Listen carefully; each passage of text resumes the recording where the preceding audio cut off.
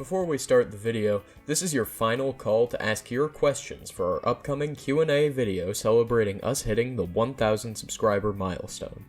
If you want to be a part of the fun, go dig through the pinned comment where you can find a link to the questions bot.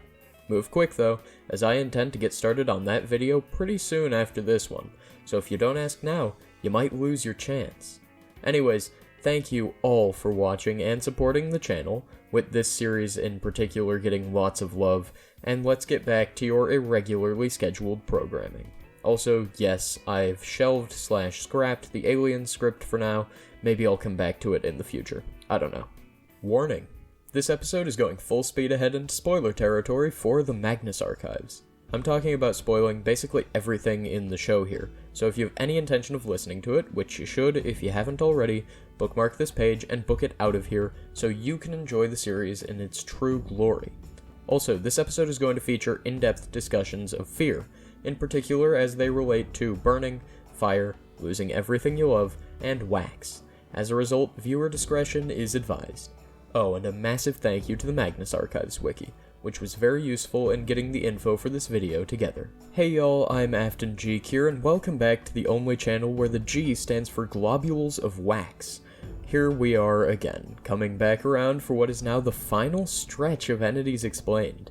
In the world of the Magnus Archives, a group of 15 eldritch gods which seem to collectively hold dominion over fear exist on the peripheries of reality, slowly manifesting and breaking in through different means. In the past 10 episodes, we've worked to break down each of them one by one, so if you want to start at the beginning, there should now be an iCard to take you there. As always, consider torching that subscribe button if you want to join our little community, and let's answer those burning questions, cause today, we're talking about the Desolation.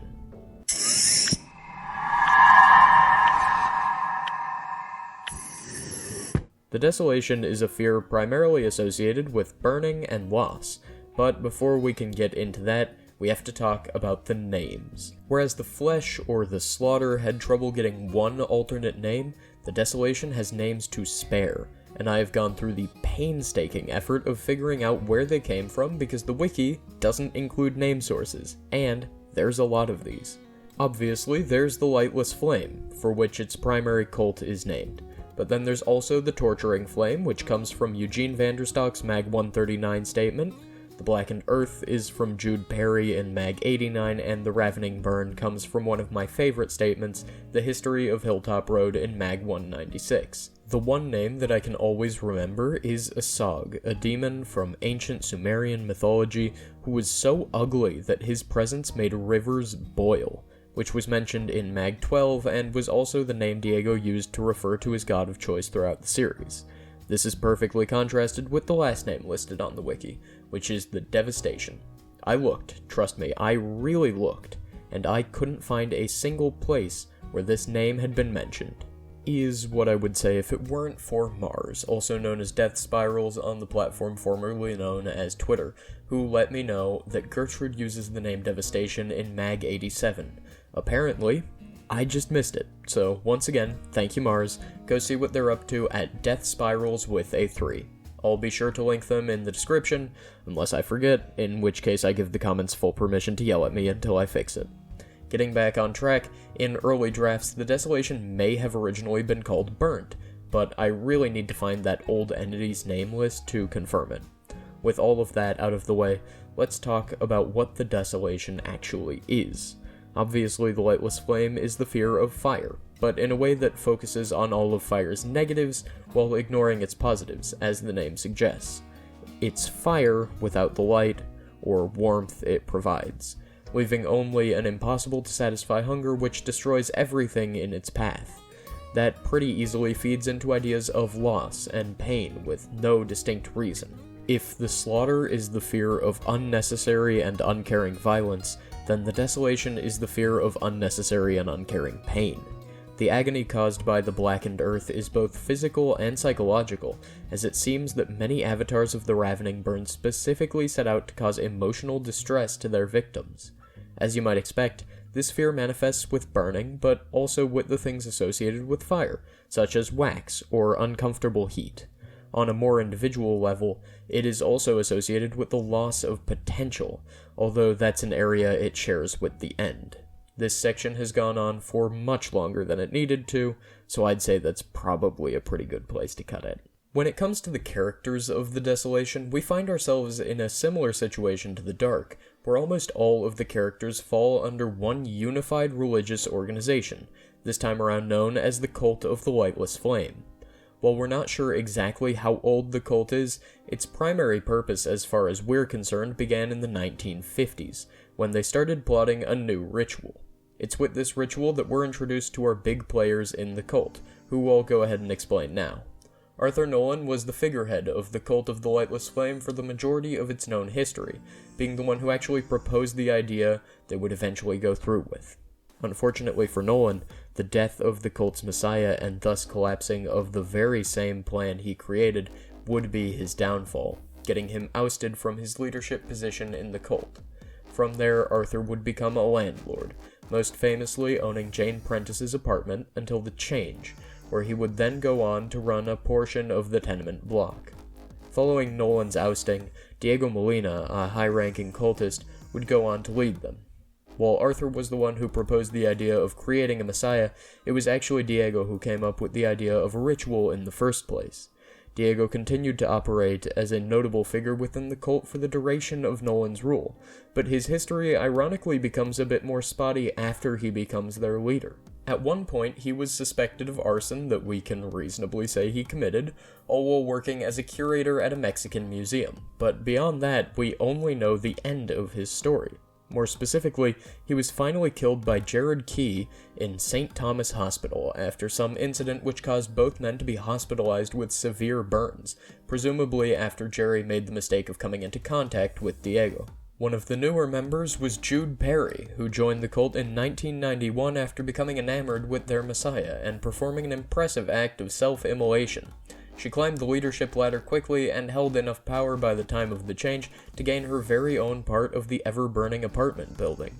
Unfortunately for her, Jude made the mistake of marking the archivist, so she too got blasted out of reality by John's magic eye powers. Other members included Eugene Vanderstock, who got turned into a sawdust-infused statue by professional legend Gertrude Robinson, two unknown members named Roger and Sandy, and Eileen Montague, who was sacrificed in a pyre to help birth the cult's messiah. Speaking of which, let's finally talk about Agnes Montague, the centerpiece of the entire cult and incarnation of the devastation itself.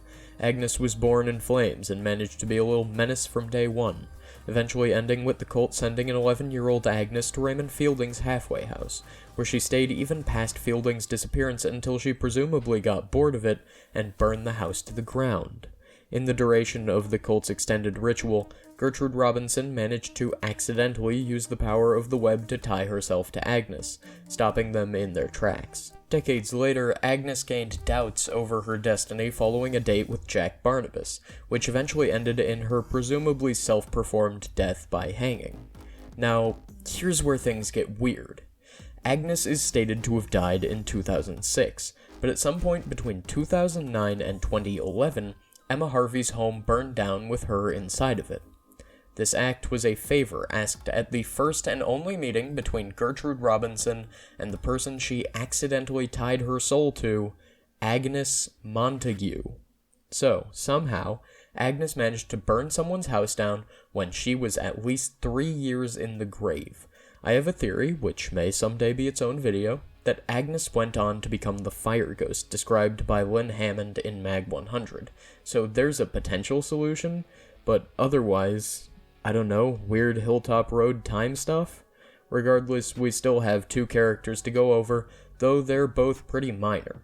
Inspector Sands is definitely the more interesting of the two, being either an avatar or particularly powerful manifestation who appears as a member of the British Transit Police and asks his victims what they love most in the world. They're forced to answer truthfully, and shortly afterwards, whatever they answer with will be destroyed. Inspector Sands is also probably related to a burning train car, but it's unclear exactly how. The final being of the torturing flame was a man who burned on the inside, with the peculiar ability to reduce every item he comes in contact with to ashes, including Gertrude's brave assistant, Sarah Carpenter. He apparently does this by splitting open to reveal nothing but intense heat, which sounds like something out of John Carpenter's The Thing. Huh. Wonder if that's where Johnny got Sarah's name from. There is exactly one artifact associated with the Desolation, and yes, it's a book. Bound in red, we know literally nothing about this one, other than that it was at one point owned by Diego Molina, and thus probably has something to do with the cult of the Lightless Flame. I know, I'm good at stretching things out, but I can't do that if there's nothing to stretch, so let's move on. The list of locations tied to the Ravening Burn is just as bad, so I'll do my best. Most obviously, we have the burning train carriage, which is probably in some way connected to Inspector Sands. I don't know, it's on fire, and there are people inside. There's the one spot in the middle of the forest where Gertrude did the web's counter ritual, which just tied her to Agnes. I guess you could count Nolan's properties. And Hilltop Road was for a while there. I don't know, I'm really having a reach here. Finally, we get something with actual meat on its bones. The only Desolation ritual we know of is the creation of Agnes Montague, designed to bring about the Scoured Earth. Not sure if that's the official title of the ritual, but we'll roll with it. After burning a pregnant Eileen Montague alive as she went into labor, the cult of the Lightless Flame managed to create an avatar of the Desolation in the very truest sense. Presumably, they meant to perform the ritual shortly after she reached adulthood, but a certain terrifying old lady working for the Magnus Institute stopped that idea in its tracks by binding herself to Agnes. Assuming that time was on their side, the cult decided to just wait it out until something eventually got to the most dangerous being in the Avatar community, but in the end it was their own plans that were foiled. As mentioned earlier, Agnes had a seed of doubt planted in her mind while they waited, which was enough to convince her that she couldn't bring about the world that they wanted, instead opting to coldly return to the Desolation so that another ritual may be attempted in the near future. This is probably the most extensive ritual we're aware of, taking decades of preparation and waiting, but I suppose we'll never really know how it would have played out if Agnes had stuck around. If I had to guess, probably violently. The Desolation did get some neat stuff post-change, so let's give them a look. First up, the one I've mentioned a few times now, the tenement block. This large building is an apartment complex presumably ruled over by multiple avatars, including Arthur Nolan and Jude Perry, which feeds on the fear of losing the things you love. The building is always on fire, and the tenants scramble to escape as their mementos and family members burn around them. Cheery stuff. The next one isn't much better on that front, I'm afraid. The furnace is the domain of some unknown avatar where the victims are given carts full of objects they have an emotional connection to. They are then forced to incinerate all of these items, over and over again. Jesus Christ. The prison is one that's kind of tough to assign, but the Desolation is a good fit for it. Run by an unnamed warden, the prison feeds off of fears of wrongful imprisonment, where its inhabitants are left in a haze of half-remembered crimes and rotting in prison cells. Heavy stuff, all of them. I don't even have an ending joke here. Asag is a very connected entity, which is sort of ironic given its themes of abandoning ties and whatnot. First of all, and probably most obviously, are the connections to the stranger. Jude Perry was apparently invited out by the Circus of the Other to go laugh at some guy who didn't get the hint the first time around, and beyond that, they do seem to have some connections to changing appearance. Admittedly, followers of the Desolation melt their skin to look younger, while I do not know use avatars, just steal them from other people, but it is a connection. Another notable cult member, Arthur Nolan, has some ties to the corruption, specifically in his choice to purchase a bastion of the stuff and rent it out to Jane Prentice, inadvertently creating the Flesh Hive. I wouldn't say that this is a positive relationship, though, given that Nolan later goes on to light the home and himself on fire to destroy it. Speaking of creepy crawlies, the Devastation really seems to hate the web, and vice versa. From a conceptual standpoint, it makes plenty of sense, since the web is all about subtlety and intricate plans, whereas the Desolation just gets pissed and makes the very unsubtle choice to light you on fire. time and again the two forces are pitted against each other, with Agnes killing Raymond Fielding and torching Hilltop Road, then Gertrude being tied to Agnes, then Agnes destroying a cobweb in Jack Barnabas's house. That's without even mentioning Daisy's comment about how the web hates fire, or Martin's particular disliking of the flames of the tenement block, or Emma Harvey's immolation, or the box of spiders that one of the cult members holds when Agnes meets them. They make it very clear that these two forces are meant to be opposites. On the other end, the cult of the Lightless Flame's religious devotion is not unlike the People's Church, or the religious themes of the Flesh, or even the unnamed family faith of the Lucases. I'd argue that the Lonely in particular is quite similar to the Desolation, which is mostly supported by Season 5 and the post-change world. Almost all of the Blackened Earth's domains have something to do with destroying memories given physical form, which could be seen as a visualization of the same kind of struggle seen in the Lonely's domains, like the house, where losing those you love and the memories associated with them is a common theme. I don't know, just a surface level similarity I noticed and thought might be worth bringing up. So, now we finally get around to the analysis. Starting things off, as always, let's talk about where this fits into my meta-theory of the entities representing aspects of storytelling, which started really strong and now requires a lot more effort to piece together. I think I've got it though, which is that the Desolation represents loss within narratives.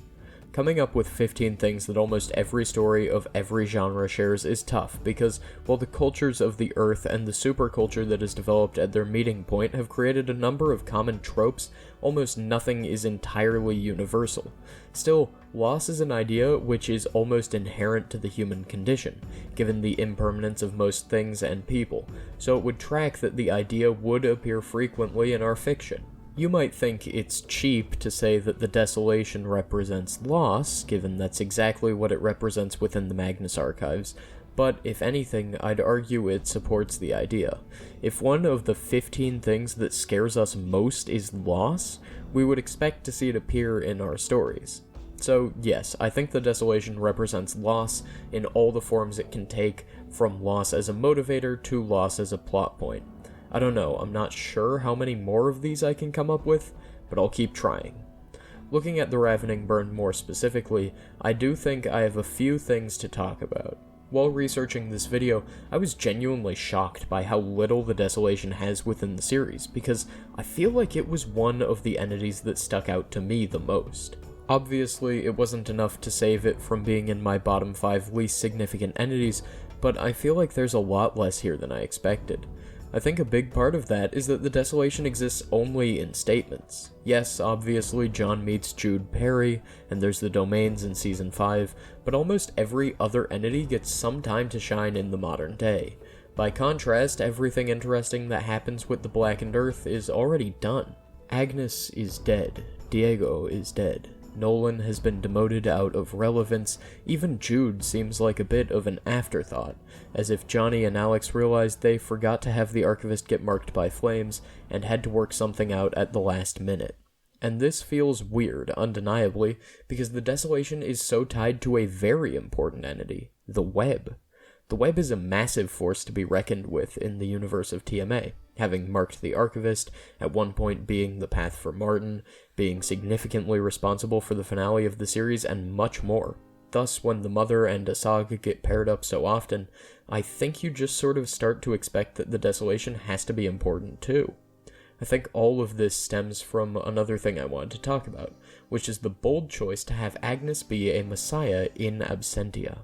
Agnes and the Cult of the Lightless Flame have one of the most intricate and intense plots to change the world, and, no matter what Gertrude might say, they really are unlike anything else we see in the series. Every other entity has this vague fear machine that they construct in order to bring about their desired apocalypse, but the cult had specific intentions and, if it weren't for some last-minute cold feet, an easy path to follow. The only other entity I can think of that has a similar degree of organized planning and preparation in their ritual is the Dark, and it didn't slip past me that it was made by the only other named cult. Even then, I don't know if it's the planning that makes these two feel similar, or the final step. It feels like they knew how they wanted to perform their rituals. Sure, Peter had spent the money and effort to construct the world's loneliest building, and he knew he wanted it to end with everyone dying, but it didn't feel measured. It felt like he just threw a bunch of darts at a wall and hoped they hit. If any power other than the Eye was going to have a successful ritual, I would have put money on the God Manifest or high-tech Void Orb over sitting some guy in a tower. Alternately, maybe all of the rituals had the same amount of effort put in, but these two feel different because it's almost the only thing we see from each of these powers. The Dark, as I covered recently, is pretty strongly built around the cult and their plot, but the Desolation takes that up to 11. We know almost nothing about the Desolation outside of the Cult of the Lightless Flame, and their attempt to bring about the Scoured Earth, which, going back to what this whole point is theoretically about, should make it that much stranger that the linchpin to their entire operation is already gone by the time the series starts. The entire main plot happens in a post-Agnes world, and I don't know how I feel about that. It's a bold decision, no doubt. Gotta say, after researching this one, I am now fully on board for the idea of a Gertrude or Agnes prequel miniseries. I wasn't sure how I felt about it before now, but I think there's just so much more that can be done with these characters than we got in half references split across something about 15 episodes. Oh, and before we close this out, I've got to talk about one of my favorite lines in the entire series. She told me the Desolation had killed her cat.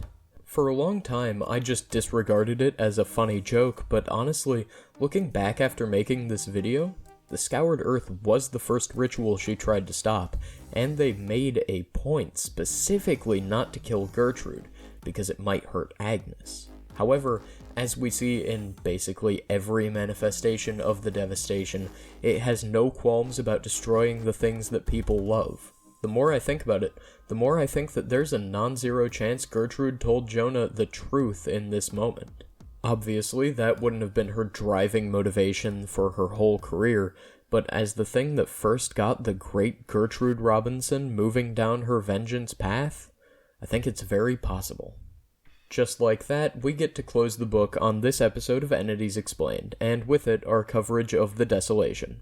We are now officially in the final third of this series, and closing in on almost a year since I started making it, which is crazy to think about.